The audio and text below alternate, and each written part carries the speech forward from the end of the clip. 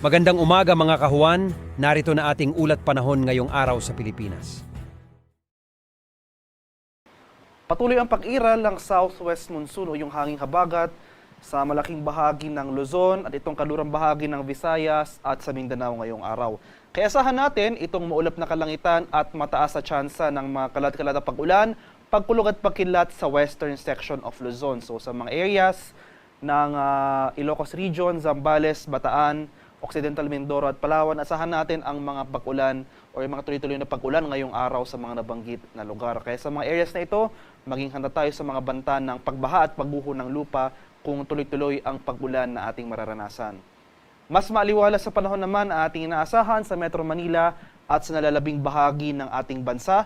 Gayunpaman, posible pa rin yung early morning thunderstorms dito sa western section ng malaking bahagi ng Luzon, itong western section ng Visayas at sa Mindanao. So for the remainder of the day, magiging maaliwalas na ating panahon, ngunit posible muling mga thunderstorms sa late afternoon to evening. Over the weekend hanggang early next week, asahan natin na magpapatuloy itong mataas sa tsansa ng mga kaulapan at mga kalat-kalat na pag-ulan sa kanlurang bahagi ng Luzon. Samantala, improving weather conditions na ating inaasahan starting sa kalagitnaan ng next week dito sa areas ng Palawan at Occidental Mindoro. Magpapatuloy itong maaliwalas na panahon, bahagyang maulap hanggang sa maulap na kalangitan na may mga isolated rain showers o yung mga thunderstorms sa malaking bahagi ng Visayas at sa Mindanao for the next 3 to 5 days. At sa kasalukuyan, wala pa rin tayong namamataan or minomonitor na low pressure area o sama ng panahon sa loob at labas ng ating Philippine Area of Responsibility na maaring makaapekto sa ating bansa sa mga susunod na araw. At para naman sa magiging lagay ng ating panahon ngayong araw dito sa Luzon, dahil sa pag-iral ng habagat, asahan pa rin natin ang mataas na tsansa ng pag-ulan ngayong araw sa bahagi ng Ilocos Region, itong areas ng Zambales, Bataan at Occidental Mindoro. Kaya maghanda pa rin tayo sa mga posibleng pagbaha sa mga lugar na ito. Mas maaliwalas sa panahon naman dito sa Metro Manila at sa nalalabing bahagi ng Luzon. Gayunpaman, inulit ko po, posible pa rin yung mga early morning thunderstorms.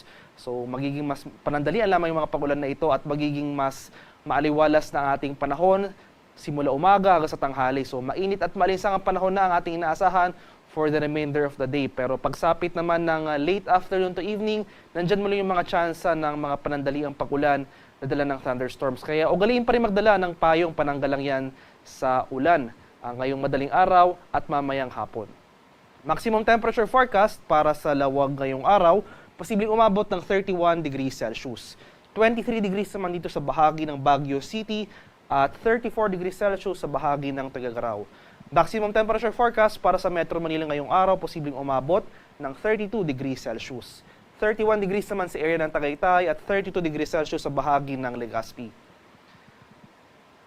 Sa areas naman ng Palawan, Visayas at sa Mindanao, dahil rin sa habagat, asahan na rin natin itong mga kalat-kalat na thunderstorm sa bahagi ng Palawan. So, Puerto Princesa at Calayan Islands, asahan natin malaking bahagi ng Palawan ngayong araw makakaranas ng mga pag-ulan na dala ng habagat. Samantala ito namang western section ng Visayas at sa Mindanao, posible pa rin dyan yung mga isolated na thunderstorms. So bahagyang maulap hanggang sa maulap na papawirin, inaasahan natin as early as tanghali pa lamang makakaranas na tayo ng mga kaulapan. Posible bumagsak yung mga panandaliang pag-ulan na dala ng mga thunderstorm clouds na ito pagsapit ng late afternoon to evening. So sa mga areas ng Western Visayas, itong Negros Islands, Zamboanga Peninsula, Barmat, Soxargen, asahan natin mamayang hapon ang mataas na tsansa ng thunderstorm activity. Mas maaliwalas sa panahon naman na ating mararanasan sa rest of Visayas at rest of Mindanao. Gayun pa man, maghanda pa rin tayo sa mga panandaliang pag-ulan o yung mga isolated rain showers.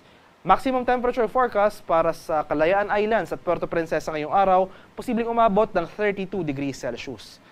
32 degrees rin dito sa area ng Iloilo at Tacloban at 33 degrees Celsius sa bahagi ng Cebu. Maximum temperature forecast para sa Cagayan de Oro ngayong araw, posibleng umabot ng 32 degrees Celsius. 33 degrees naman dito sa area ng Davao at 33 degrees Celsius sa bahagi ng Zamboanga. At sa kalagayan ng ating karagatan, sa kasalukuyan, wala pa rin nakataas na gale warning sa anumang baybay na ating kapuluan at banayad hanggang sa katamtamang pag-alon na ating inaasahan sa malaking bahagi ng ating bansa. Gayunpaman, iba yung pag-iingat pa rin sa ating mga kababayan na maglalayag sapagkat kung meron tayong offshore thunderstorm activity, especially dito sa western section ng ating bansa dahil umiiral yung habagat, so most likely mataas yung chance ng ating thunderstorm sa western section. Maghanda pa rin tayo sa mga banta ng mga bahagyang paglakas ng ating mga hangin, kakibat nito ang bahagyang pagtaas rin ng ating mga alon. At ang haring araw dito sa Kamaynilaan ay sisikat mamayang 5:41 ng umaga at lulubog naman mamaya sa ganap na 6:21 ng hapon.